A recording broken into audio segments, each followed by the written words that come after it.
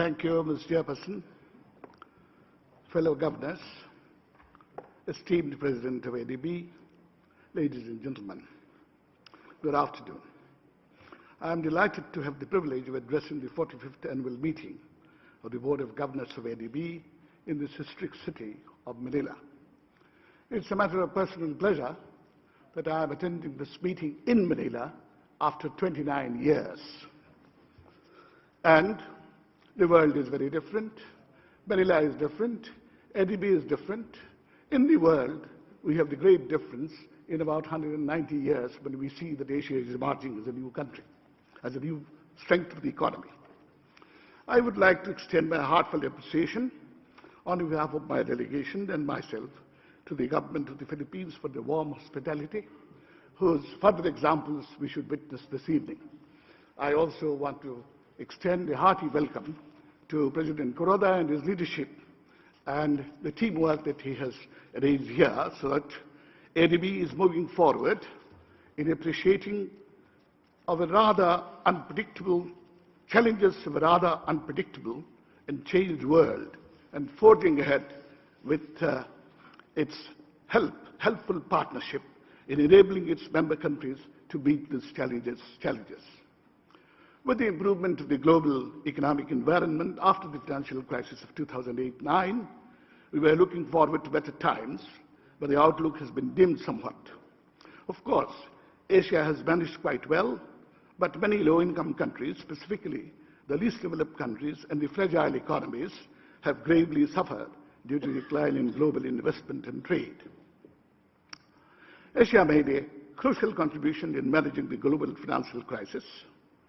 The current crisis should lead to adoption of policies by countries in the region, leading to A, promotion of stronger ties within the region, and B, reduced dependence on external demand. Excellencies, ladies and gentlemen, we appreciate the alacrity and responsiveness shown by ADB in responding to the urgent need for additional financial support to member countries to meet the challenges posed by the global crisis. Earlier, in 2009, GCI was accomplished, and this year, it's a matter of great pleasure that the ADF replenishment exercise has been completed at a level of 12.4 billion. Thanks, congratulations. As a development institution operating the fastest developing region, which is also home to the majority of the poor of the world, ADB should be constantly striving towards achieving efficiency gains and passing them on to the DMCs. All initiatives should be taken with the central theme of benefiting the borrowing member countries, whether it is in terms of cost-effective borrowing, cost-effective lending, innovation and flexibility in providing a menu of lending instruments, lowering transactions or transaction costs, or improving knowledge output. I'd like to take the opportunity to point out that DMCs in our region are unfortunate victims of climate change, and many of them have extremely difficult choices to make.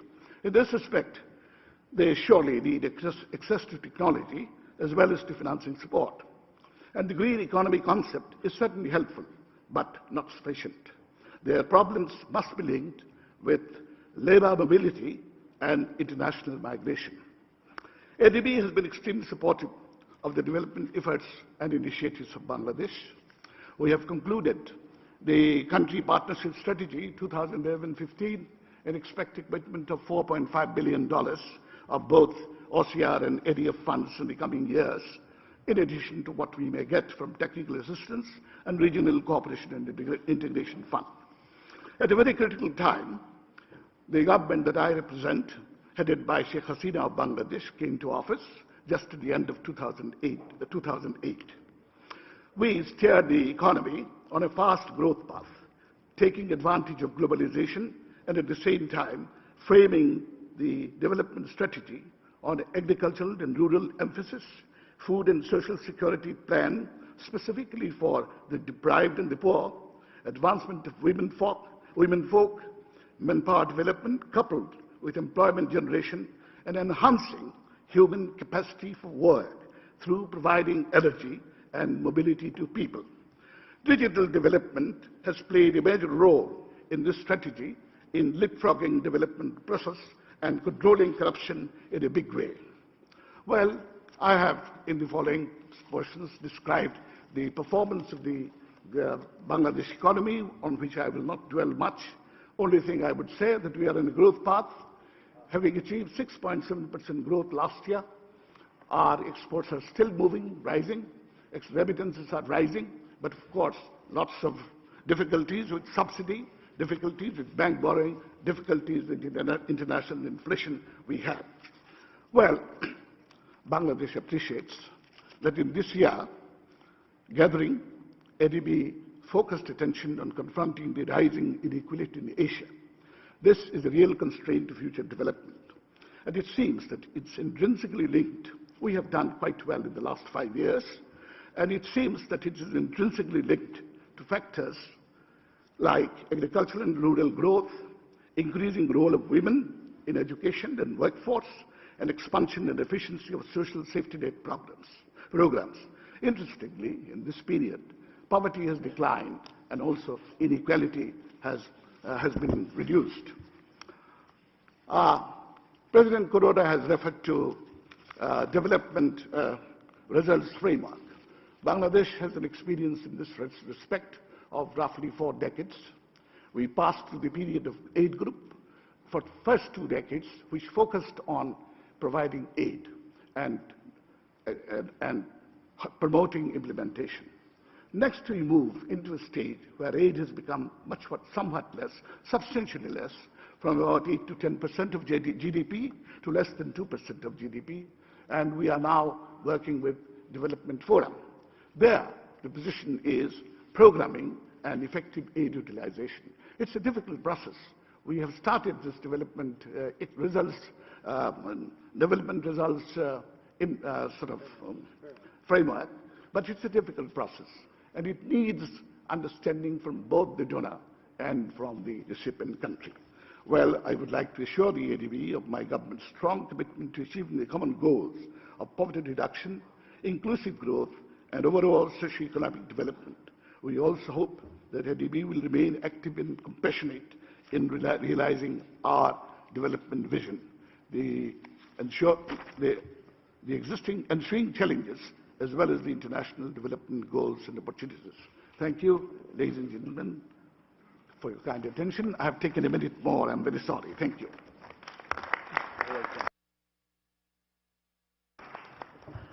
I thank the Governor of Bangladesh. And I now call on the alternate Governor for Norway, who will also deliver consolidated statements on behalf of the 4 Nordic member countries of ADB. This is also deeply appreciated. As mentioned earlier, the individual statements of the governors may also be tabled for inclusion in the proceedings of the annual meeting. I now call on the alternate Governor for Norway to deliver the statement. As the speaker representing the 4 Nordic member countries, you may speak for more than the allotted 5 minutes. Governor, the floor is yours.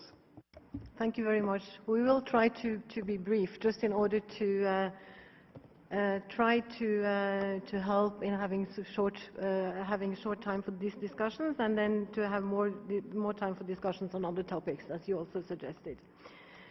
Madam Chair, President Kuroda, distinguished governors, ladies and gentlemen, on behalf of the 4 Nordic countries, which was said Denmark, Finland, Norway and Sweden, I would like to join the others in thanking the government of the Philippines for hosting this annual meeting, and also in the excellent way in which this is organized.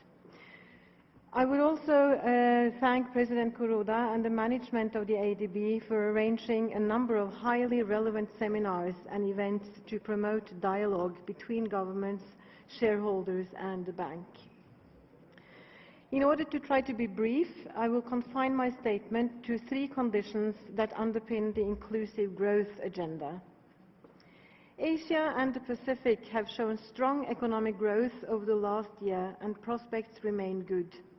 However, as highlighted in the recently published Asian Development Outlook Report 2012, despite this rapid growth, millions are still being left behind. There is a widening gap between rich and poor, which threatens to undermine the region's development and stability. We are impressed by the analysis presented in the Outlook and find the analysis to be highly relevant and of high quality. The report is candid in its conclusions. In addition to issuing an excellent publication, the ADB has shown courage and leadership by putting inclusive growth at the top of the agenda. As an important development partner in the region, the ADB should be encouraged to continue its leadership role while supporting member countries in diagnosing obstacles to inclusive growth, engaging in dialogue, and supporting them in designing inclusive policies. The Nordic countries support the importance the bank attaches to inclusive growth. This agenda is well placed to meet the challenges in an Asia with growing divides. Now, ADB needs to operationalize the concept. Growth is important, but not sufficient. You must be able to understand, country by country, what growth process that can generate access to opportunities and decent employment for the poor, and how they can participate in shaping these opportunities. And you must tailor your interventions to support that growth process. I would now like to highlight the importance of three of the identified drivers of change: gender equality, good governance, and tax and access to opportunities. First, to good governance. The link between poverty and inequality is no coincidence. Inequality is based on an imbalance in power structures, unequal distribution, and discrimination. True inclusiveness depends on good governance and political will. Good governance means ensuring economic efficiency and trust in governing structures, and is a prerequisite for succeeding in delivering and financing public services such as education and health. I look forward to a deeper discussion on ADB's support to governance in the upcoming evaluation of the second Governance and Anti-Corruption Action Plan. Second, gender equality. Women's rights are human rights. But gender equality is not merely a matter of doing the right thing in a social and moral perspective. Gender equality leads to higher productivity, healthier children, and long-term development. Gender equality is necessary to ensure sustainable economic growth and development. It is smart economics. ADB has come a long way in improving gender aspects of its projects. But you will need to step up efforts to reach the goal of gender mainstreaming in the current result framework. And we will look for bolder commitments in this regard in the revised results framework in 2013. Third, access to opportunities. The provision of opportunities and public services may require increased domestic revenues and distributional policies. We believe that the ADB, together with the other MDBs, has a role to play in finding ways to enhance domestic resource mobilization and fiscal space, combating tax evasion and curtailing illicit financial flows, and thereby enabling the necessary access to opportunities. The Nordic countries believe that the ADB can be a very valuable partner to the developing member countries in achieving more inclusive growth. We do not believe, however, that a bank can do this on its own, and encourage you to continuously link up to and coordinate with other partners. Finally, I would say just a few words on results. The ADB has made remarkable progress over the years in creating a results-based culture, which has resulted in high rankings in a number of evaluations, most recently in those published by Denmark. However, there are still a number of areas where improvement is needed. The disconnect between outputs and outcomes is one example where you have some way to go. We therefore encourage you to fully utilize the opportunity to address this in the current review of your results framework. Madam Chair, on behalf of the Nordic countries, we would like to thank the ADB for all its good work and excellent cooperation. Thank you, Madam Chair.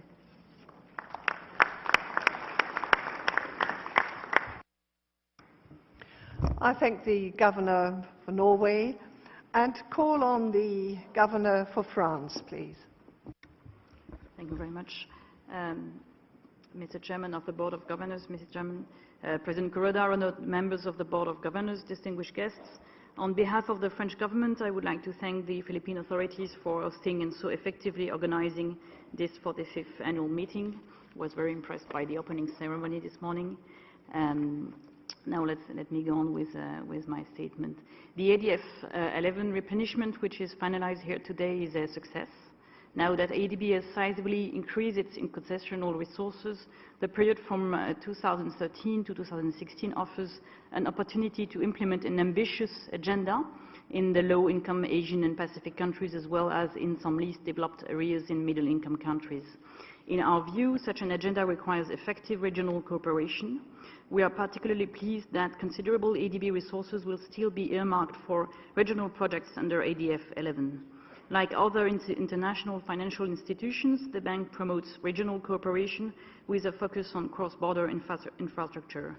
This area calls for greater private sector involvement, a goal also pursued by the G20. It also requires safeguarding the environment and other global public goods.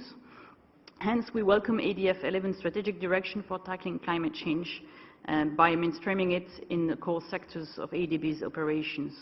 In conclusion on ADF, I wish to express my appreciation to ADB's management for being open-minded and responsive during the replenishment process. The priorities I have just mentioned should also guide the overall policy of the Asian Development Bank. In this respect, several issues call for additional actions by the bank's management in 2012. Despite recent and substantial progress in dealing with the crisis in Europe, the global economic environment is still challenging, as we all know. While the economic outlook and the development potential of Asia and the Pacific remains robust, the poorest countries and a number of areas within countries have still massive needs for reducing non-income poverty and inequality. We call on the bank to step up its efforts to foster regional integration and inclusive growth. This means initiating more operations that promote trade integration and build infrastructure with decisive regional impact. Besides, priority should go as well to providing the private sector, in particular SMEs, with effective incentives and opportunities to grow. To this end, we urge the bank to mobilize greater financial resources for development through stronger partnerships. We are pleased by the significant growth in co-financing, reflecting a real determination to increase leverage. We believe it is possible to go further by liberalizing procurement and by reaching out to involve the region's national development banks in the process. Likewise, I am extremely pleased to see how successfully the bank has been cooperating with Agence Française de Développement. This partnership gets stronger every year and demonstrates the considerable synergy between bilateral and multilateral agencies for boosting development financing. This expansion of co-financing should be placed in the broader context of the general key challenge of development financing that demands a move towards a more diversified financing model, as will be discussed at the upcoming Rio +20 summit, for example. Consequently, a new type of partnership should emerge and be anchored in a more intensive combination of private and public investments, national and international co-financing, North-South, South-South, as well as triangular cooperation. Therefore, we expect the bank to promote and make greater use of innovative financing to contribute to this agenda. This context also provides an incentive for the bank to deepen its involvement in the global development agenda. In this regard, I would like to thank the bank for being a key player within the G20 process last year under the French presidency, especially on infrastructures and food security. I take this opportunity to thank the bank for its contribution to the report on urban transport, which is a crucial step to carry the infrastructure pillar forward. in the Development Working Group workstream. In 2012, under the Mexican presidency, ADB should become increasingly involved in the work on green growth and financial inclusion. This bold agenda requires an effective and efficient Asian Development Bank. So far, much has been achieved, but I would like to encourage the bank to take further steps to consolidate its economic and financial model, improve management practices, close the gap between outputs and outcomes, and maximize impact. The enlarged capital base provided by the latest general capital increase in 2009 has put the ADB in a vantage position to meet those needs and increase the leverage of its own resources. We would like to see the bank strengthen its business model, especially its standalone risk-bearing capacity, and for us this implies higher loan charges when justified and innovative financial products to boost the bank's lending headroom. At the same time, the banks would demonstrate greater solidarity with the region's most vulnerable countries by increasing its transfer to ADF. In broader terms, we expect the bank to take a proactive approach and adjust its business model to find a new balance between caution, efficiency, and the delivery of its mandate, so that the goals outlined in Strategy 2020 can be effectively met. A resolute implementation of reforms to increase aid effectiveness and efficiency, especially through better supervision and preparation of operations, an ambitious human resources policy, and a mainstreaming of lessons from project evaluations, will also contribute to a better performing bank. In this regard, the review of the corporate results framework is of utmost importance. In this area, Mr. Chairman and Mrs. President, as in many others, ADB can count on the full support of France. Thank you for your attention.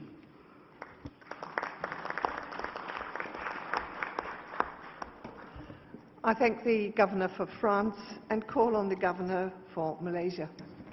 Madam Chair, President Kuroda, fellow governors, ladies and gentlemen.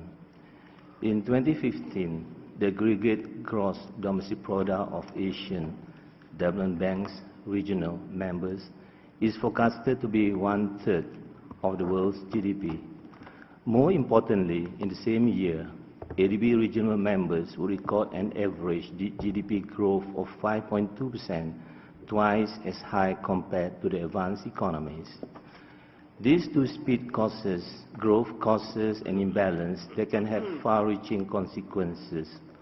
Already in the last several years, we, the developing countries, have seen our exports to traditional trading partners in the West decline. This decline is fortunately accompanied by an appreciable increase in sales to their Asian counterparts. The advanced economies are important, not only because of their rich and vast markets. Equally important, the advanced countries are a particularly important resource in the fields of research and development, knowledge transfer, and investment capital. It is imperative for the Western economies to address structural reforms in public expenditure.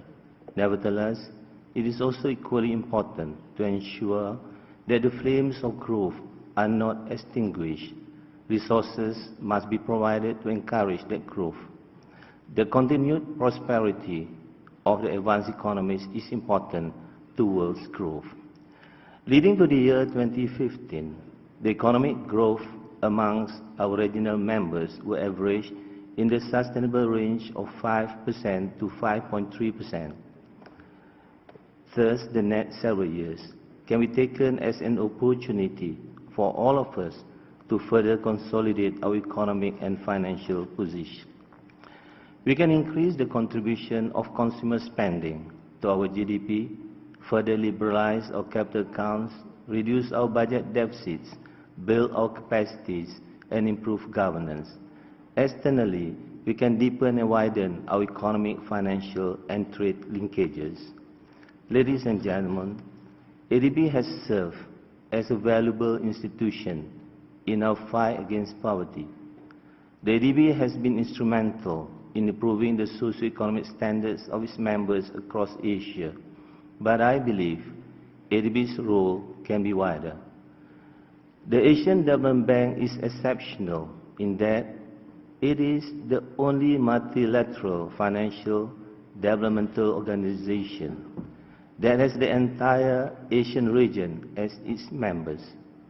The bank is in a unique position to represent our common interests in this rare time in our history, for the shift in the balance of global economic power has begun. The bank can serve as an influential voice in the management of the world's economic and financial affairs. In conclusion, I take this opportunity to thank the ADB, particularly its President, for ADB's constant support and cooperation, particularly in its contribution towards the establishment of the $485.2 million ASEAN Infrastructure Fund, or AIF. We, the ASEAN nations, look forward to the operationalization of the fund expected in June this year. Thank you.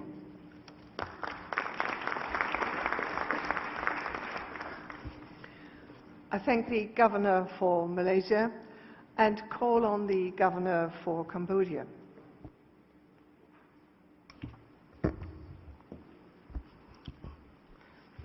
Madam Chair, I would like first to convey an apology from my Governor, the Deputy Prime Minister Kitchon, for not being able to deliver his statement. He is leaving for Cambodia due to his urgent agenda at home, and he requested me to deliver the statement on his behalf. So please allow me to read it as follows. Madam Chair, Mr. President, fellow Governor, ladies and gentlemen, I am very pleased to address this Board of Governors meeting and wish to express our sincere gratitude to the government of the Philippines and the people of Manila for the hospitality. We also thank the ADB management and staff for the excellent arrangement made for this 45th annual meeting. We meet today in an uncertain global environment with regard to the EU crisis and slow recovery. We continue to be threatened with the impact of climate change, with more frequent and more severe diseases. The rise in energy and food costs undermine our ability to address inflation. Our challenge is to manage inflation and rebalance the source of growth, to be more reliant on domestic and regional demand. Asia, despite these challenges, achieved a steady growth of 7.2% in 2011 and likely to ease to 6.9% in 2012, before recovering to about 7.3% next year. Asia is expected to play a more prominent role in the global economy and rebalancing the growth paradigm. I am confident that Asia will rise to that occasion. Cambodia, despite this very difficult global economic environment, the impact of severe flood in 2011 recorded a robust growth of 7% in 2011. We expect to maintain this level of growth in 2012. All our economic indicators show that Cambodia has succeeded in maintaining macroeconomic stability. Our prospect for overall fiscal deficit will be around 5.1 in 2012, reduced to around 4.6 in 2013. Our reserves are about 5 months of retained import and debt distress lower to low risk. We will continue to implement prudent policy to sustain this level of performance. We had a very successful partnership with ADB, which led to the approval of the country partnership strategy for 2011 to 2013, under which ADB has committed about $570 million for project and program in Cambodia. Further, ADB has been playing a catalytic role in mobilizing concessional and grants through co-financing. In particular, the royal government of Cambodia and Cambodian people are deeply grateful to the ADB and other development partners for quick response and assistance provided to us for humanitarian aid and for the rehabilitation of infrastructure damaged by the severe flooding in late 2011. ADB continues to play an important and leadership role in the GMS and other regional cooperation activity. We are very appreciative of the sterling achievement in this endeavor. We are also very grateful for the lead role that ADB plays in the establishment of the ASEAN Infrastructure Fund and look forward to a greater regional cooperation role in ASEAN. You will recall that our Prime Minister, as Chair of ASEAN, pointed out the urgent need for reducing the development gap within the region.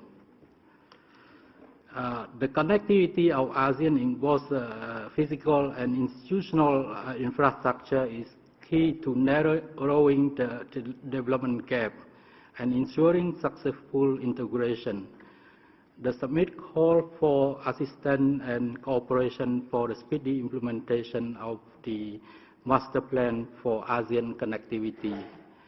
The ASEAN Finance Minister has agreed to intensify efforts to build stronger and integrated financial market under the roadmap for monetary and financial integration, and further enhance the effectiveness of the Chiang Mai Initiative multilateralization.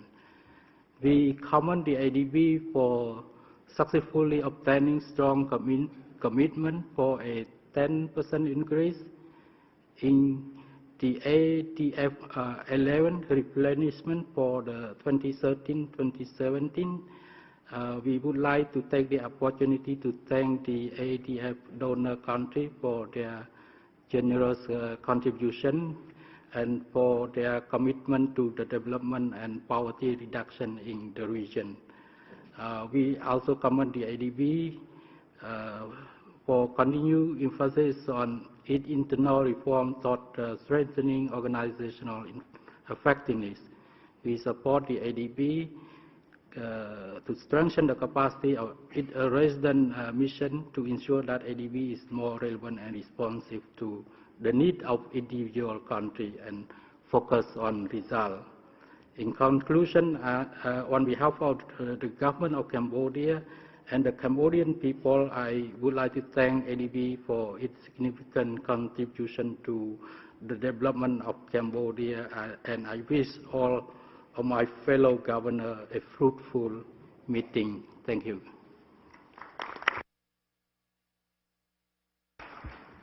I thank the Governor for Cambodia and call the Governor for Sri Lanka. Madam Chair, Excellencies, may I begin by thanking the government and people of this beautiful country of the Philippines. I also thank President Kuroda and the staff of the ADB. We appreciate the support extended by the ADB to member countries to face financing needs for development, particularly in the period of the global economic downturn. It is noted that ADB has approved US $21.7 billion to its member countries in 2011 by means of loans, equity investments, grants, technical assistance and guarantees, including co-financing. These investments will certainly help to sustain the region's growth in the future. We commend the recent initiatives of the ADB to strengthen the bank's operations and enhance transparency. The newly approved public communication policy will enhance the stakeholders' trust and ability to engage with ADB, thereby increasing the effectiveness of ADB operations. The establishment of a project design facility on a pilot basis to provide quick disbursing of resources and detailed engineering design and program preparatory work will enhance total project readiness and help avoid startup and disbursement delays in bank-funded projects. Also, the steps taken to mainstream non-sovereign public sector financing will enable direct financial assistance to sub-sovereign entities, thereby increasing the efficiency of private sector enterprises. Madam Chairperson, ADB's continued support for Sri Lanka's development effort for more than 4.5 decades has been extremely helpful. We have received $5.8 billion since joining the ADB in 1966. In 2011, ADB has approved loans amounting to approximately $338 million, which has been provided by means of concessionary and non-concessionary loans for the power and energy sector, water supply and sanitation, transport, and regional development. Let me now turn to Sri Lanka's recent economic progress after successfully defeating comprehensively 26 years of terrorism in 2009. I am pleased to inform you that the Sri Lankan economy grew by 8% in 2010 and by 8.3% in 2011, sustaining a growth momentum of over 8% for 2 consecutive years. 2011 therefore marked a historical high in my country's growth momentum. Improved consumer and investor confidence arising from the peace dividend, favorable macroeconomic conditions, increased capacity utilization, expansion of infrastructure facilities, and renewed economic activity in the northern and eastern provinces underpin this growth. The economic growth, I have explained, is expected to be over 8% per annum over the medium term, which will pave the way to doubling our per capita income to above $4,000 by 2016. This needs significant increases in private investment. Investments are to be increased to about 33% of GDP, with a sustained commitment of public investment of 6 to 7% of GDP to support private investment. We were able to increase our investment to 29.9% as a percentage of GDP in 2011, up from 24.4% in 2009. Therefore, we are confident that our growth targets for the 2010-2016 periods are well within our reach. I would like to end by drawing the attention of the bank to the special requirements of the growing number of middle-income countries. We must encourage and reward countries that have grown out of LDC status. Thank you very much.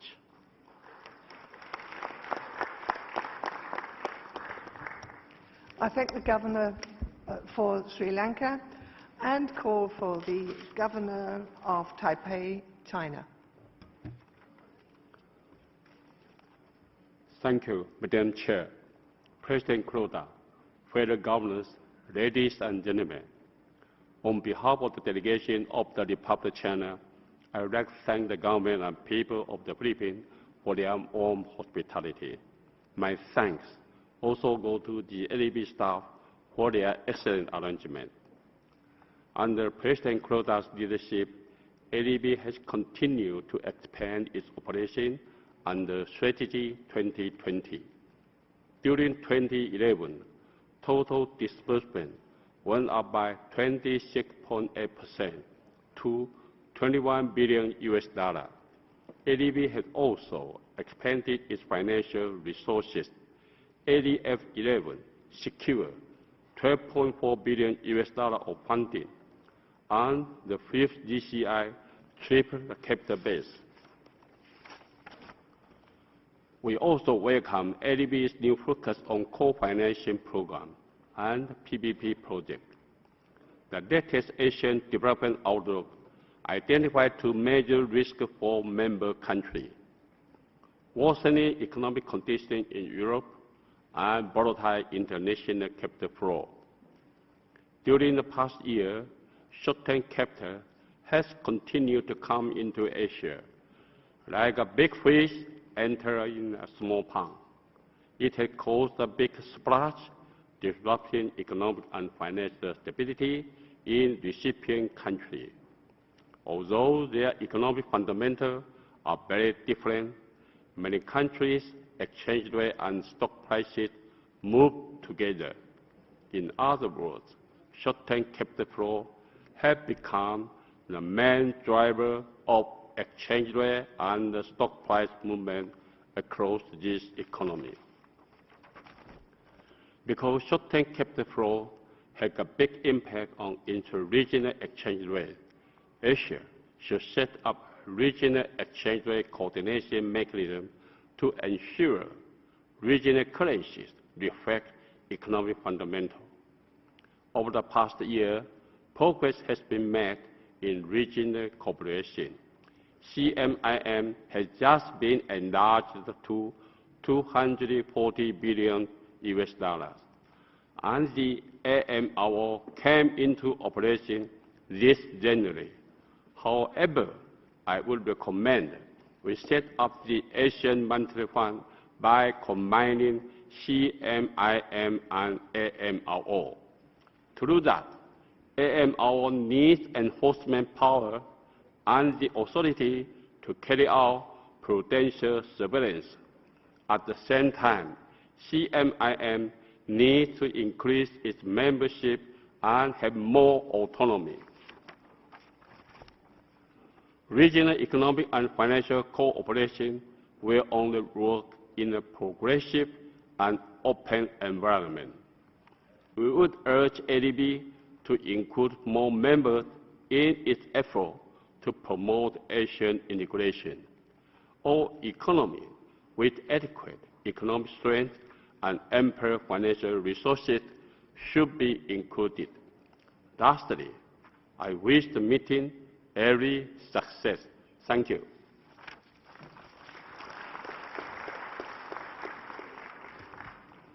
I thank the Governor of Taipei, China, and fellow governors. I would like to clarify for the record that ADB recognizes the member only by the name of Taipei, China. Ladies and gentlemen, I now call upon my colleague, the Governor of Nepal, Vice Chair of the Board of Governors, to take the chair.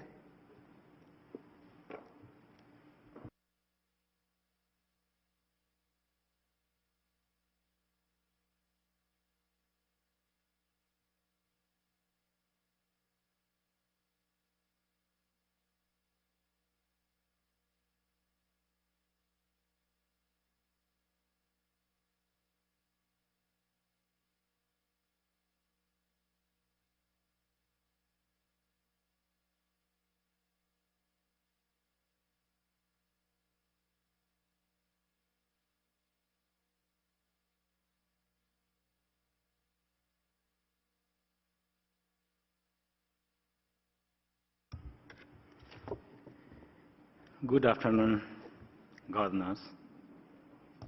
It is my honor to be vice chair of this session. First of all, I would like to deliver my statement as governor from Nepal. The chairman, governors, ladies and gentlemen, it is a great honor for me and my delegation to participate in this 45th annual meeting of the Board of Governors of the Asian Development Bank, held in this beautiful city of Manila. On behalf of my delegation, I express my sincere appreciation for the hospitality extended to us since our arrival here by the government of the people of Republic of the Philippines. At the same time, I commend ADB for the excellent arrangement made for this annual meeting. We understand that ADB operation is 2011 remained very encouraging, with the total approval of $21.72 billion, an increase by 19.38% compared to previous year. Let me take this opportunity to thank especially all ADF contributors for generously providing increased volume of assistance for the socio-economic development of developing member countries, including Nepal. Nepal has been closely monitoring the possible negative impact of global financial crisis, even though the significant negative effects have been noticed so far. We are happy to note that climate change has been accepted as the serious global agenda. We would also like to thank ADB for its active involvement of the facilitation, regional cooperation among the member countries.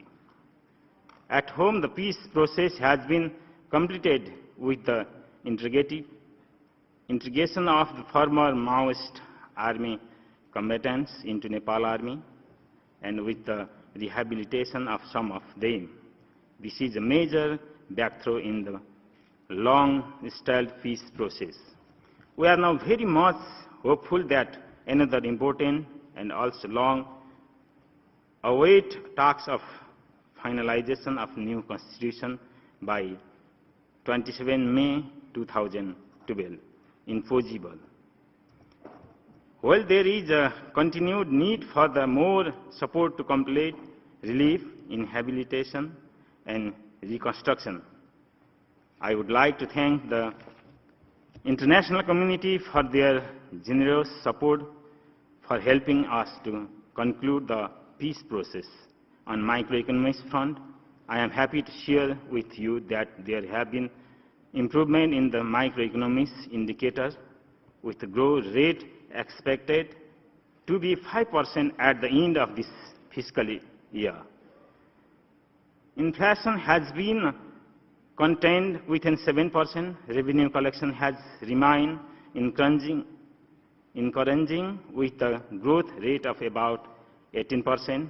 With a growth rate of 38%, remittance is helping us to maintain a very healthy balance of payment situation, and foreign exchange reserves are sufficient for the import of 9 months goods and service.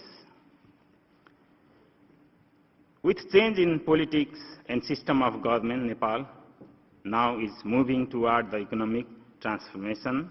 We are fully committed in utilizing the support of our development partners for the benefit of people of Nepal.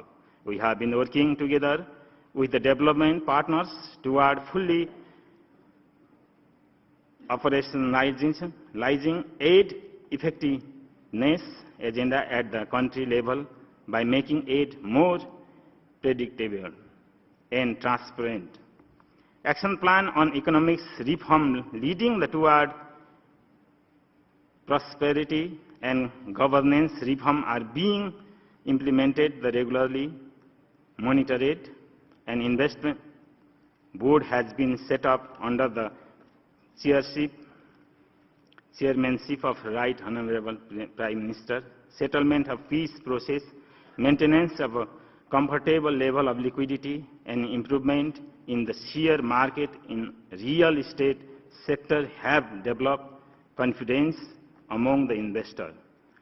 The government is fully committed to create conducive environment for the private sector investment, which is the vital for higher inclusive growth. Along with the shortening of employment opportunities, we are also pursuing a policy of public-private partnership to ensure complementarity between the public and private sector. Finally, once again, On behalf of Government of Nepal, on behalf of my delegation and on my own, would like to express my sincere gratitude to the ADB for its continued support for the socio-economic development of Nepal, and hope that this long-standing partnership will be future enhanced in the day of come. With this, I wish the annual meeting a grand success, and thank you all for the kinds of attention. Thank you.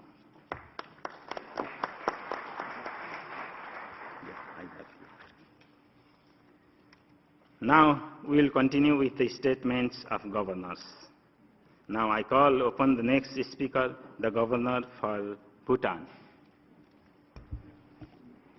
Mr. Chairman, Mr. President, fellow governors, ladies and gentlemen. I join fellow governors in expressing our gratitude to the government and people of the Philippines for the warm welcome and generous hospitality extended to my delegation.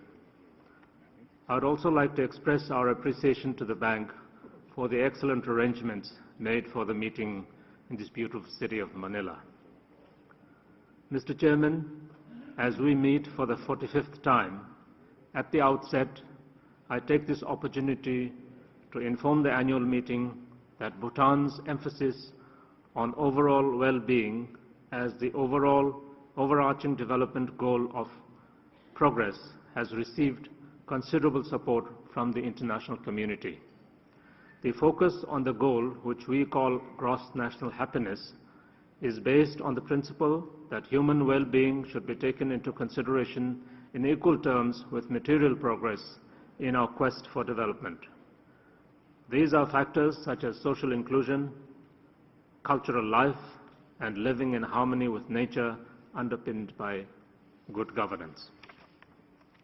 We have made happiness the most fundamental of human needs as the goal of societal change. In pursuance to this, the Royal Government of Bhutan convened a high-level meeting titled Happiness and Well-being, Defining a New Economic Paradigm in April 2012 at the United Nations in New York. The main objective of the meeting was to initiate steps towards realizing the vision of a new well-being and sustainability-based economic paradigm that more effectively integrates economic, social, and environmental objectives. The meeting recognized that the fundamental and universal goal of happiness is consistent with the Millennium Development Goals and should become part of the Sustainable Development Goals. Based on the outcome of the meeting, a detailed policy proposal will be drafted to be presented to the Rio +20 conference on sustainable happiness and well-being in July 2012. In the light of the global movement towards happiness and well-being, I would like to urge the ADB to consider incorporating the essence of happiness and well-being in Strategy 2020. Mr. Chairman, in terms of economic growth, Bhutan has achieved high growth rates averaging at 8% in the last 3 years. Rapid progress has been achieved in the fight against poverty, with people living below poverty line projected to drop to 15% by the end of next year. Inflation is expected to moderate at 7.3% in the current financial year and to 6.5% in the following year, broadly in line with the assumed price developments in our major trading partner, India. Despite the high growth rates achieved, Bhutan faces many challenges. A small, narrow-based economy without strong fundamentals is highly susceptible to external shocks. Being landlocked makes the cost of social service delivery exorbitant as the settlements are dispersed across the country. The fragile mountain ecosystem is also becoming more and more vulnerable to climate change effects. Providing gainful employment to our youth continues to be one of the emerging challenges among many. Lately, we have been experiencing balance of payments problems with widening current account deficit. This has been exacerbated by high oil and fuel prices. This has exposed the vulnerabilities in our economy. In this regard, monetary policies have been tightened and fiscal measures are under consideration. Therefore, while the GDP per capita is a major factor in consideration of assistance, I would like to urge the bank to give greater recognition to the challenges of economic vulnerability small countries like Bhutan face. We urge the ADB to maintain at least current level of assistance to smaller nations and design suitable products to respond to the emerging needs of the smaller nations. The financial crisis in Europe, unrest across the Middle East and North Africa are having profound effect on the world economy. Although action by policymakers in Europe and elsewhere has helped to reduce vulnerabilities, risks of a renewed upsurge of the crisis in Europe continue to loom large. Mr. Chairman, as regards our cooperation with the bank, I am very happy to state that in Bhutan, the bank has been very active and very much in line with our own priorities. The ADB has strengthened the effectiveness, quality and sustainability of services it provides. The ADB's programs have concrete results with visible impacts. For example, in June 2013, Bhutan will achieve our target of electricity for all, wherein the ADB is one of the largest development partners. One of the major strategies advocated by the bank for accelerating development has been regional cooperation. Bhutan is committed to the strategy as it provides an excellent platform to implement projects of complementary interest. The bank's South Asian SASEC program is gaining momentum, and we are hopeful of achieving concrete results. Mr. Chairman, under the leadership of President Kuroda, the ADB has adopted a long-term strategy charting the strategic course to the year 2020. We can and look to the ADB with renewed hope as the 10th replenishment of the ADF has just been concluded. We congratulate President Kuroda and his team for successfully securing a high level of funds. We also thank the ADF contributors for this generous act. In concluding, I thank the government and the people of the Philippines once again for their excellent hospitality. Thank you. I thank the Governor for Bhutan. Now I call on the Governor for Turkey. Thank you, Mr. Chairman. Mr. Chairman, Mr. President, distinguished guests, governors, before I start, on behalf of the government of Turkey, I would like to extend our sincere appreciation to the government of Philippines and the Asian Development Bank for being such an excellent host to this year's annual meetings. After contracting in 2009, the world economy in 2010 has demonstrated a strong recovery from the deepest recession since the World War II. The extraordinary stimulus measures taken by advanced country governments and central banks have been instrumental in this regard. However, in 2011, international economic outlook became gloomy again, and growth slowed in both advanced and emerging economies.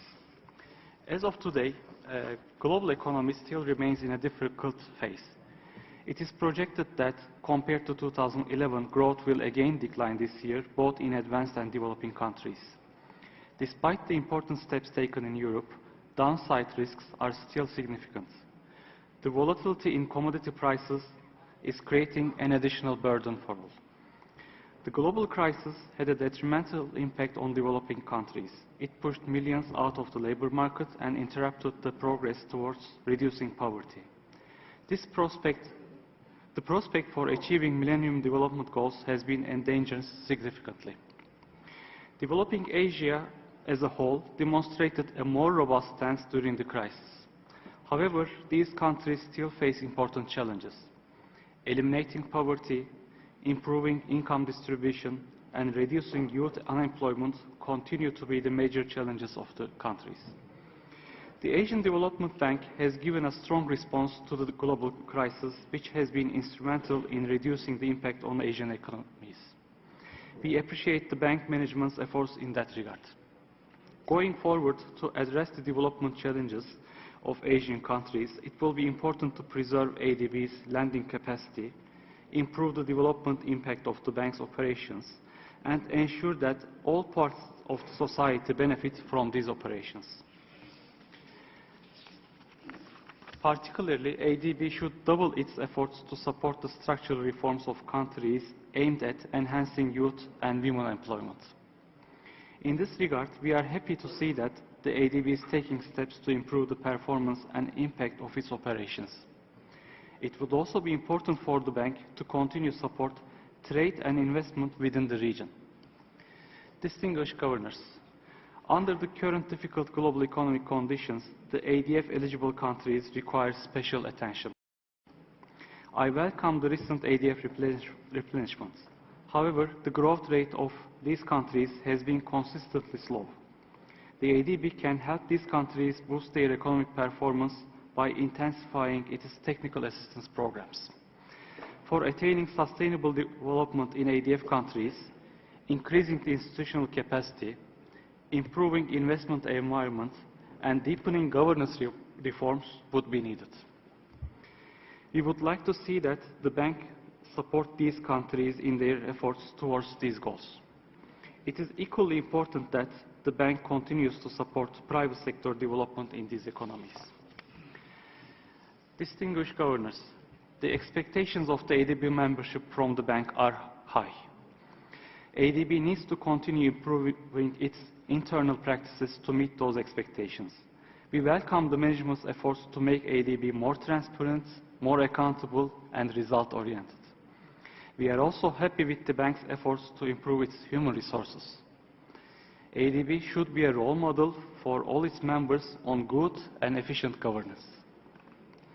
We believe that it will be increasingly difficult for IFIs to manage their complex operations through their headquarters. Therefore, Turkey highly welcomes the bank's decentralization initiative, which includes strengthening staff capacity in resident missions. This initiative will definitely contribute to making the bank more efficient and effective. Ladies and gentlemen, I would like to take this opportunity to reiterate that Turkey is ready to host a regional hub of ADB and has concluded all its internal processes in this regard. We believe that such a hub would help the banks respond more effectively to the requests of the economies in our region. Thank you very much.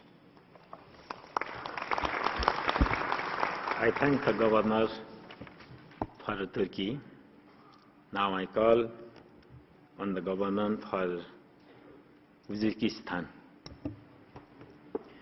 Dear Chairman, dear President Kuroda, distinguished governors, ladies and gentlemen, first of all, let me express sincere gratitude to the government and people of Philippines for their warm hospitality and excellent arrangement of the 45th annual meeting. In 2011, Asian economies continued steady growth and expected to retain the high growth this year, despite fragile global recovery.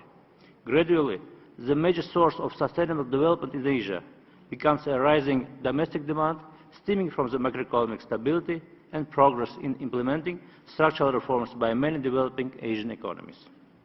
However, despite strong macroeconomic fundamentals that have helped Asian economies withstand against the adverse spillovers of the European crisis, we all have to stay vigilant against challenges brought about by shrinking export markets outside Asia, volatility of international finance, rising food and energy prices. The Asian Development Bank has played an important role in supporting economies of the developing member countries by providing variable, almost 22 billion, assistance that certainly contributed to sustainable economic growth and development. We thank President Kuroda for his strong leadership that enabled ADB to significantly increase its capital, operations, and enhance its effectiveness and impact in this period. In 2011, Uzbekistan continued to record solid GDP growth at 8.3%, benefiting from the sustained public and private investments, strong macroeconomic fundamentals, including sound external and fiscal surplus that helped the economy to withstand the global crisis. At 8.5% growth on average over the last 5 years, Uzbekistan GDP growth is among highest figures in Asia and globally. By implementing sound macroeconomic, social, and structural reforms called the Uzbek growth model, Uzbekistan has gradually diversified its growth base and export markets from an agriculture to the industrial and service-based economy. Over the last 10 years, industrial share of GDP grew from 14 to 24%, and exports increased by almost 5 times. Macroeconomic stability, combined with a favorable business and investment environment, contributed to a doubling of investments over the last 3 years, Increasing private investments also expanded share of small businesses in our economy to 53% of GDP. In order to maintain high growth rate and move our economy in the long term towards best performing Asian economies, our current priorities agenda includes increasing to a wide extent the competitiveness of the economy by means of implementation of industrial development program, broad mobilization of advanced technologies, modernization of infrastructure, and improvement of the business environment. Over the years, ADB has become our key partner in implementation of important development programs, structural changes, and diversification of the economy.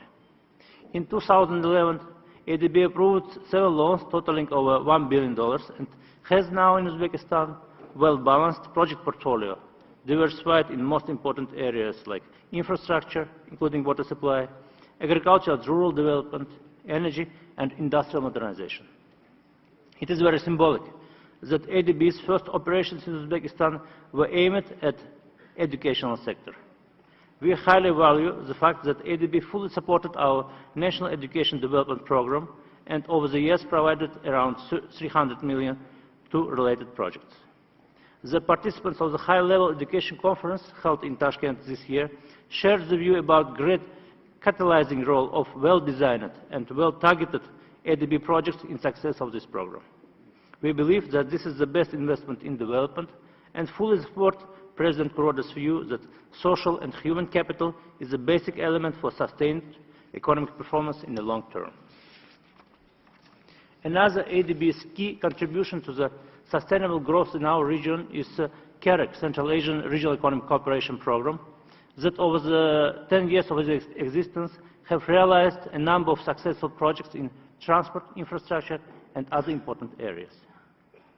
The ADB's Asia 2050 study identified that competitive economies of future are those based on knowledge and technological innovation. This year, the ADB and government of Uzbekistan took another step towards the formation of the knowledge economy by establishing the International Solar Energy Institute in Tashkent.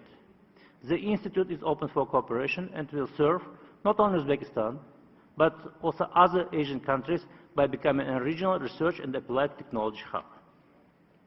Ladies and gentlemen, President Kuroda, in his opening speech, underlined, and the industrial dense performance we have seen this morning indeed symbolized it, that the Asia now is on the eve of the big social and economic transformation.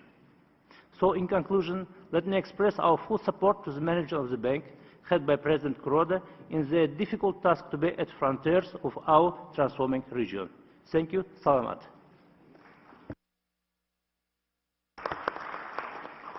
I thank the Governor of Uzbekistan.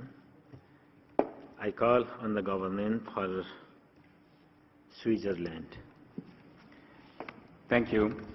Mr. Chairman, Mr. President, Excellencies, distinguished delegates, ladies and gentlemen.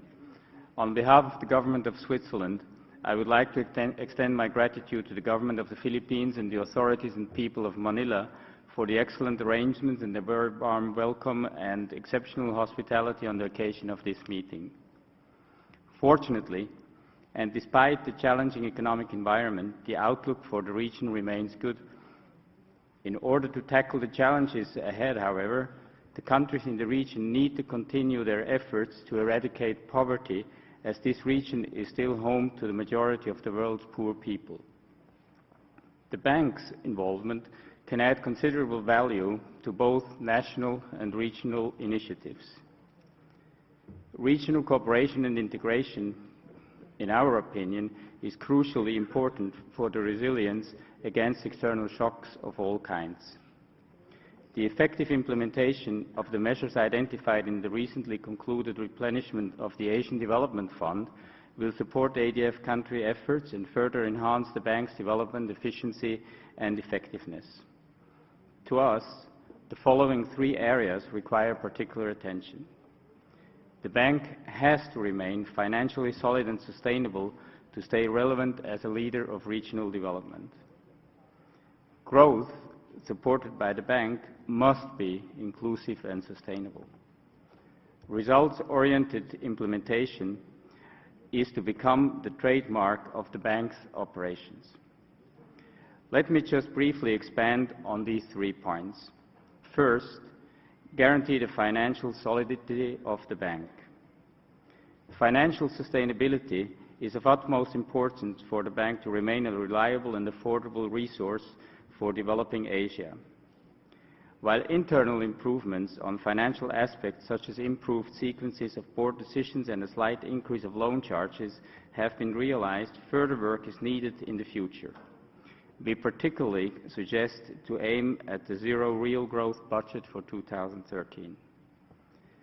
To us, the bank's financial outlook is somewhat worrying.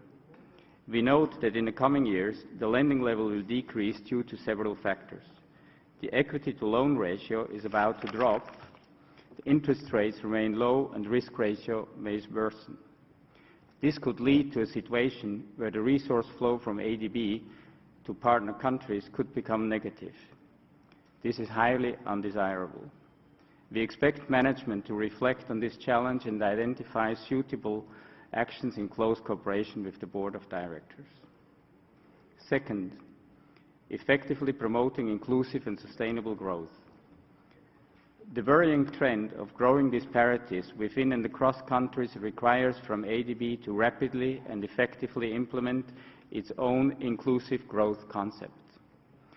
This concept translates in particular in strengthening political economy analysis, proactively engaging in a critical but constructive policy dialogue with client countries, addressing systemic constraints to inclusive growth, and cooperating closely with other donors.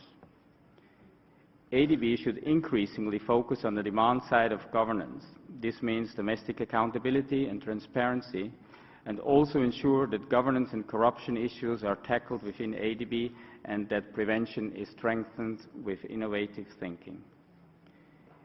ADB has successfully increased its programs addressing environmentally sustainable development.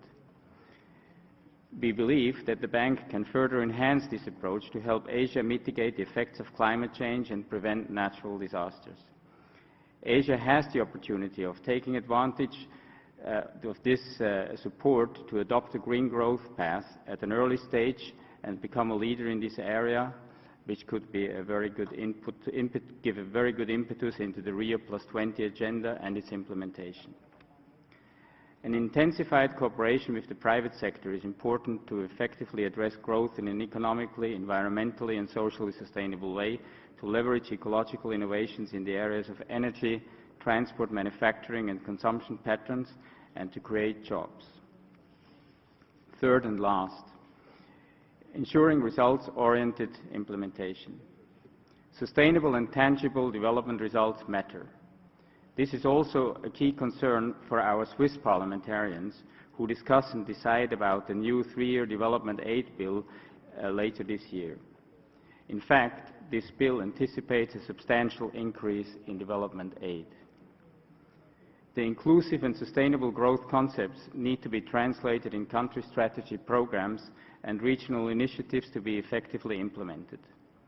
The role of resident missions, as has been highlighted by other delegations before, is crucial, as they have the task to properly assess the context and the realities on the ground, to engage in a constructive dialogue with government on weaknesses and capacity constraints, and to assure coordination with other development partners.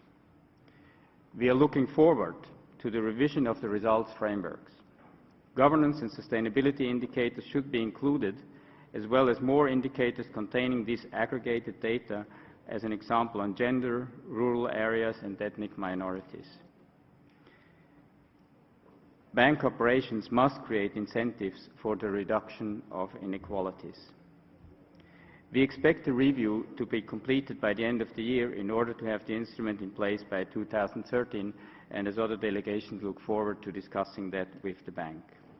Ladies and gentlemen, to conclude, I congratulate the ADB President, Mr. Kuroda, for his leadership and ADB staff for its dedicated work.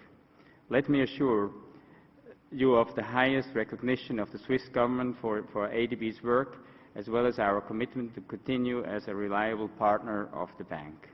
Thank you very much. I thank the governor for Switzerland. Now I call on the government for Tajikistan. Thank you, Mr. Chairman. Mr. President Kuroda, fellow governors, ladies and gentlemen. It's an honor and privilege for me to address the 45th annual meeting of the Board of Governors of ADB in this beautiful and cosmopolitan city of Manila. I would like to, on behalf of the government of Tajikistan, to extend our thanks and appreciation to the people and government of the Philippines for their warm hospitality, and to the ADB Secretariat for the excellent arrangements done for this meeting. We consider this meeting as an important step in enhancing mutually beneficial cooperation and close relations between Tajikistan and the ADB, and the Tajikistan and the ADB member countries. This meeting is taking place amid rapidly changing economic environment. There is still some uncertainty on the global economic situation. The middle-income countries are grappling with the impact of successive crises and, as a result, have weakened growth prospects. Near home in Central Asia, also the growth declined in 2011 to 6.2% from 6.6% in 2010. Yet many countries saw higher growth than expected on continued economic recovery in the Russian Federation and the US, plus strong Eurozone demand for commodities. It's forecast that the region, Central Asia, should just about keep up the momentum during the next couple of years, albeit with marginal improvements. As for Tajikistan, GDP growth accelerated to 7.4% from 6.5% in 2010, reflecting strong domestic demand and expanding agriculture, services, and industry, despite limited electricity supply and disruptions to rail transit that held back output in the first half of the year. Services were the main driver of growth, expanding by 13.5%. Agriculture too grew by 7.9%, industry by 5.9%, despite difficult climatic conditions. On the demand side, consumption reflecting higher imports was the main source of growth. Private investment showed little expansion, and its share in GDP remained low at about 3%. Given the backdrop of the region, as also of Tajikistan, ADB has a prominent role to play in this juncture. We are happy to see that the ADB is directing efforts toward implementing Strategy 2020 through operational plans for various sectors like transport, energy, education, and climate change mitigation. At the same time, ADB is also making an effort to increase and upgrade its financing instruments to respond to client needs and streamline its business processes to bring in efficiency in its operation. Mr. Chairman, in these unsettling times, inflation remains a serious concern for us, as upward pressures on non-food prices from higher imports and other factors offset the impact of moderating food prices. Importantly, the developing countries continue to face the challenge of addressing widespread poverty and sustaining economic growth. Proper implementation of Strategy 2020 can indeed go a long way in ameliorating many of the problems the developing nations face today. Another big issue that plagues most of the countries in the region is the energy security issue. Many countries of the region have huge potential for hydropower. However, ironically, most of us face huge energy crisis due to the lack of domestic electricity and absence of the technical capacity to transit it from abroad. Hydropower is a renewable source, and it can also be a source of assured irrigation. Development of the sector could significantly assist in lowering the current poverty level. We request ADB to explore possibilities for developing such resources and to support their effective utilization. We also request ADB to play a crucial role in helping the countries develop suitable interventions and in fostering opportunities for growth with the region. ADB is involved in developing regional energy policy and energy trading projects, rehabilitating regional transport corridors and facilitating trade under the Central Asian Regional Economic Cooperation Program. In December 2010, Tajikistan and the Kyrgyz Republic signed the first CAREC cross-border transport agreement developed with ADB support to facilitate the movement of people and goods across borders.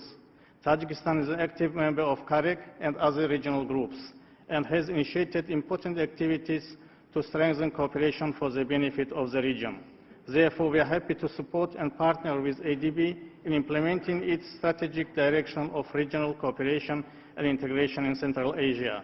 We would like to emphasize that only through cooperation and integration, our region can fully utilize its opportunities and achieve sustainable growth for all. Tajikistan has had active partnership with the Asian Development Bank. ADB has been very supportive of the development initiatives in Tajikistan.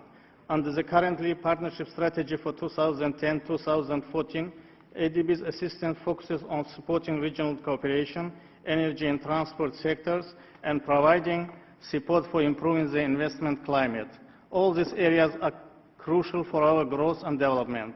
We look forward to a greater and bigger role of ADB in the region. From our side, I would like to assure that the government of Tajikistan will continue to provide all support to ADB in its endeavor for the poverty-free and developed Asia. Thank you and good evening. I thank the Governor for Tajikistan.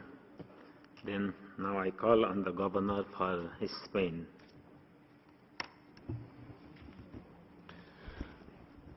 Mr. Chairman, President Kuroda, fellow governors, ladies and gentlemen. Before anything else, let me express to the government of the Philippines my appreciation for the excellent arrangements made for this 45th annual meeting.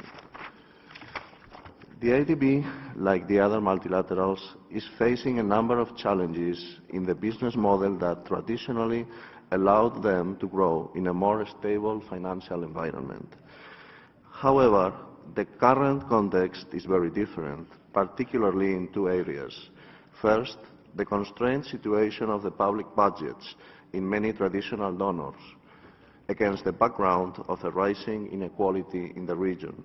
Second, the projections over the global recovery are subject to downside risks, which adds to the persistence of very low interest rates.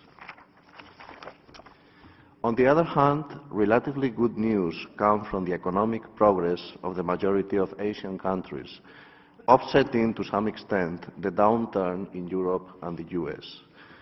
Making this relative prosperity sustainable requires keeping the pace of policy reforms in many areas, including those of natural resources, food security, infrastructure and general governance in Asia, fields where ADB has traditionally shown strong knowledge. In view of all the above, we encourage you to champion innovative ways to adapt the business model in the medium term to the very clear signals that we are all receiving. In this sense, the following initiatives are worth considering. First, the prospects of a falling level of lending requires serious budgetary austerity, which in turn forces the bank to reconsider some activities and related expenses that are not directly linked to operations. The Work Programme and Budget Framework 2013-15 and the associated budget for 2013 will be the best occasion to make such a deep review of non-essential activities. Thus, zero budget growth rates are desirable for the coming years. Second, the bank needs to seriously rethink the strategy of waivers and the loan charges as long as the situation of low interest rates persists. Actually, the maturity-based premium recently approved is a good step in that direction. In our view, there is also a need to update the policy for middle-income countries, particularly having in sight the strong differences between those countries and the poorest countries in the region. In this regard, charging middle-income countries for technical assistance could be, in our opinion, wise. given the limited availability of resources for poorer countries. Besides, innovative lending have to be thought for the countries with higher per capita incomes and strong reserve positions. Another thematic area where ADB needs improvement is project implementation. We know that under your leadership, certain commendable steps are being taken, but bolder actions are still needed to reduce delays. In order to find the sizable amount of capacity building needed in beneficiary countries, especially in procurement, ADB needs more than ever to find ways to obtain the resources internally. As for the necessary tools, we should incorporate both more resources into technical assistance and new ways to organize good procurement techniques. Mr. President, we see that ADB is successfully improving its leverage capacity both with development partners and the private sector. We think this is one of your best contributions to the internal governance of ADB. However, there is still a strong potential to be tapped in the use of guarantees and equity investments as a means to forge a much larger number of partnerships. On the other hand, staff needs to be adequately incentivized to engage in innovative private sector transactions for infrastructure projects. All in all, a stronger impetus is required in order to catalyze all opportunities available in Asia. In conclusion, Mr. President, ADB will need to adapt once again to both internal and external financial problems in a context of rising inequality. In view of all those difficulties, we encourage you and your team to consider new avenues to deal with these issues, and we entrust you to urgently undertake the necessary reforms, for which you can count on our total support.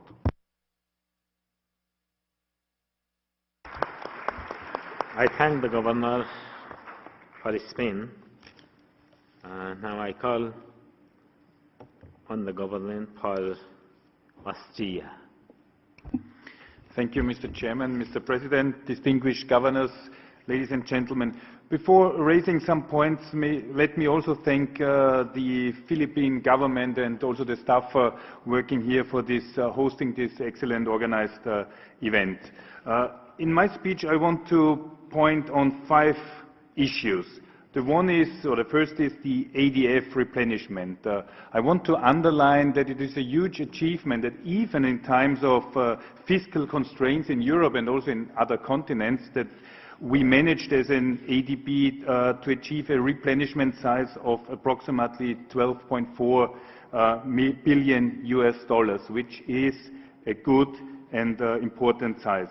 But also let me underline, like also one speaker before was mentioning, that we expected also some stronger support from some of the member countries, or even for some which had not been participating until now. The second point I want to underline is inclusive growth, which is one point which is very close to my heart, which is the achievement of prosperity and equal opportunities for all in our society, and not only for some. And therefore, I also strongly support the ADB's inclusive growth agenda, which is very important. And while a lot has been achieved in the Asia and the Pacific region in the past 2 decades, like also a decline of the number of poor people from 1.4 billion in 1990 to 750 million in 2008, we still have to underline that in many of the region's countries we have a growing inequality inside the societies, and so therefore we think that economic growth that follows the idea of inclusion and makes all groups of society participating in it and benefiting from it makes the difference in our policies. The first point I want to underline is on technical assistance and capacity development.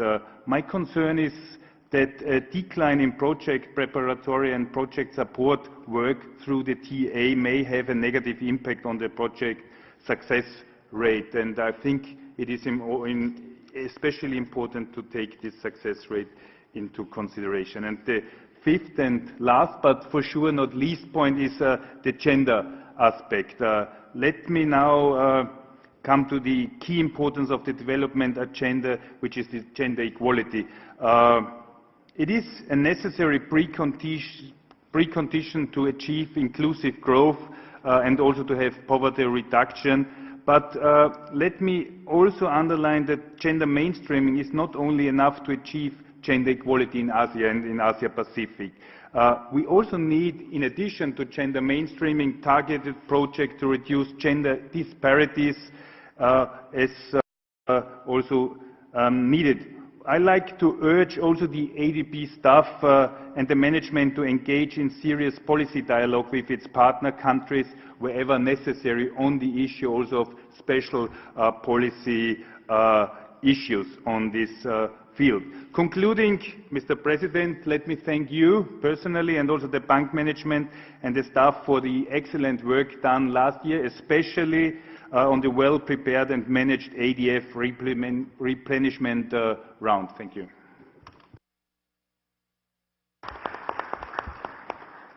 I thank the Governor for Austria. Then now I call on the government for Italy. Thank you, Chairman. Mr. Chairman, President Kuroda, Governors, ladies and gentlemen. On behalf of the Government of Italy, let me first thank the Government and the people of the Philippines for hosting this edition of the annual meeting of the Asian Development Bank in such effective and graceful manner. In spite of weaknesses and risks in the rest of the world economy, growth in Asian developing countries remains strong. This exuberant level of activity has generated encouraging progress in the reduction of extreme poverty in the region. At the same time, it has gone along with widening income disparities, since access to opportunities does not appear to be equal for everybody.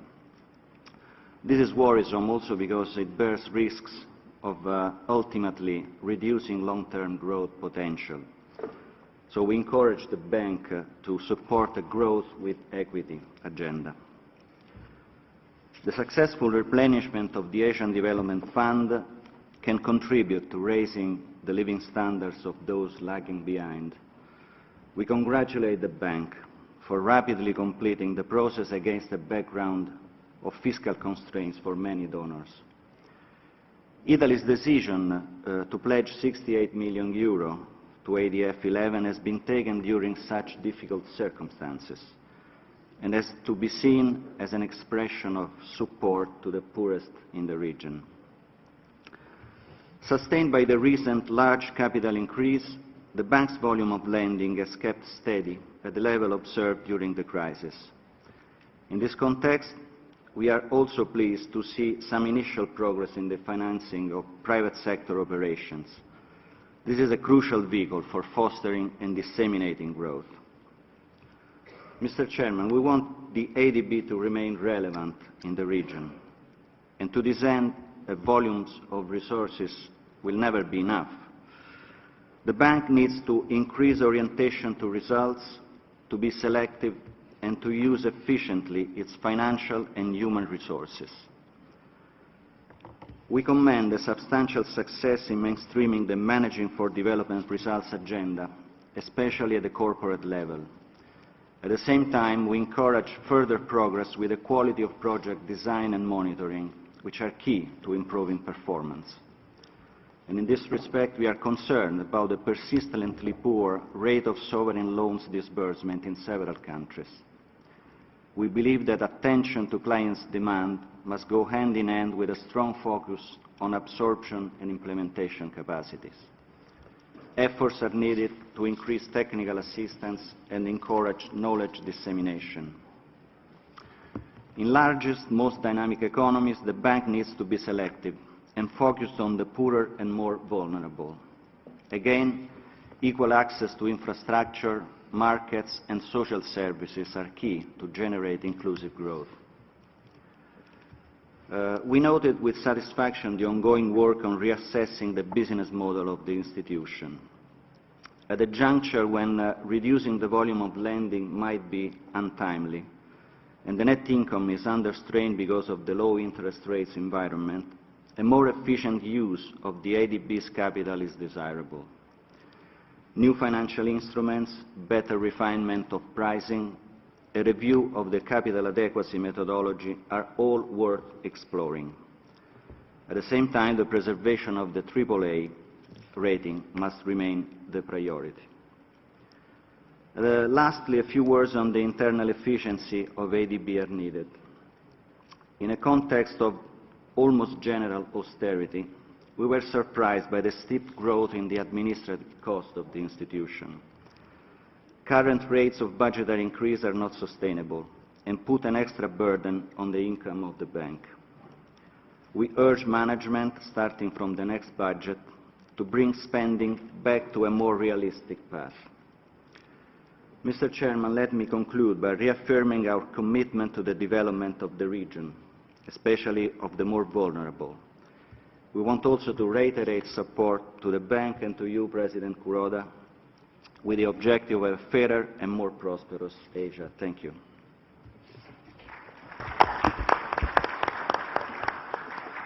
I thank the Governor for Italy.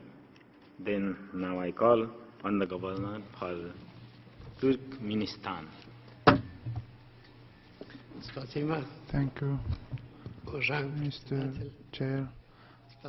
Thanks, and dear President ADB. First of all, I want to begin arrangement of our today's meeting, delivering our speech, no meeting of Board of Governors of Asian Development Bank, which by the conduct or other high organizational level must became the 59th member of Asian Turkmenistan Bank 2005. Significant changes in cooperation with Asian Development Bank started to the place during the years of new revival and great transformations. At the beginning of 2010, agreement about establishment of Permanent Representative Office of Asian Development Bank in Turkmenistan was concluded between Asian Development Bank and Government of Turkmenistan.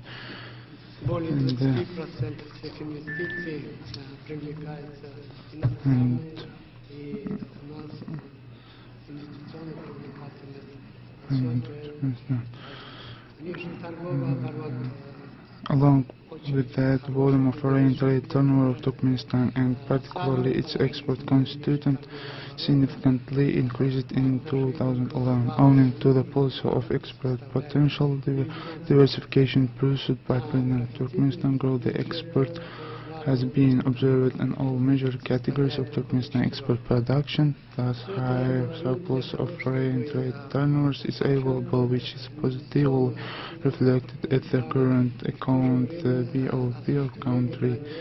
This qualitative shift in macroeconomic dynamics of the country is considered to be guaranteed of growth of foreign exchange resources of Turkmenistan. First,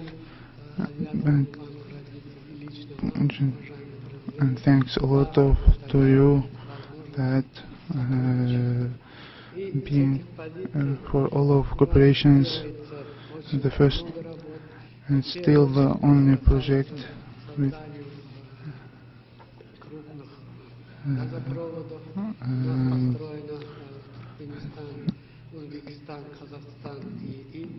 Turkmenistan, Uzbekistan, Kazakhstan and China. The gas turbines is doing another cooperations. TAPI, the first ADB, in this project ADB is first of all still involvement of the first and still the only projects with involvement of loan of the Asian Development Bank as approved recently. technical assistance projects in general, missions, одну из направлений, связывающих Европу с Азией. И с этих позиций мы активно участвуем с Азиатским банком развития и думаем, в перспективе эта связь будет еще более высоким, потому что есть очень много возможностей. Assistance projects, the most significant technical assistance projects which have been or are being realized in Turkmenistan with the assistance of Asian Development Bank are as follows, including regional projects, North-South Railway construction project, development of financial sector in Central Asia region, improvement of state finance management system for achievement of effective results of development in Central Asia region, regional projects of combining of power supply system of and Asian Development Bank acting as Secretariat of TAPI projects renders its feasible assistance to its implementation. Cumulative amount of renders assistance including technical aid allotted in different years, expenditures of working hours of personnel, people and other costs. And then we have Asian Development Bank is currently considering the opportunity of rendering of another technical assistance to the parties, which is ultimately aimed at the establishment of pipeline consortium on the basis of government-private sector partnership. Thank you very much. I thank the governors for Turkmenistan. Governors, now I want to share you our information. The chair of the Board of Governance has asked me to invite to the Philippine West Country reception tonight at SMX. The meeting is adjourned until 9:30 tomorrow morning. All thanks all.